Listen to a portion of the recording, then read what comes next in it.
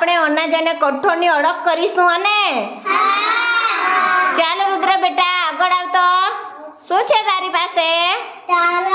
ચણા. આરોહી આગળ આવતો બેટા. શું છે તારી પાસે? સરસ. જેનિસ શું છે તારી પાસે? હા. અક્ષિત આગળ આવતો બેટા. શું છે બેટા તારી પાસે?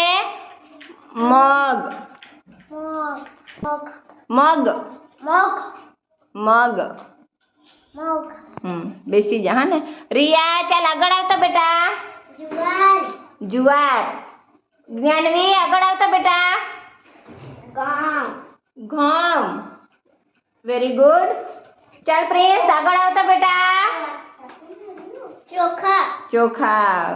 સરસ. તાળી પાડો બધા.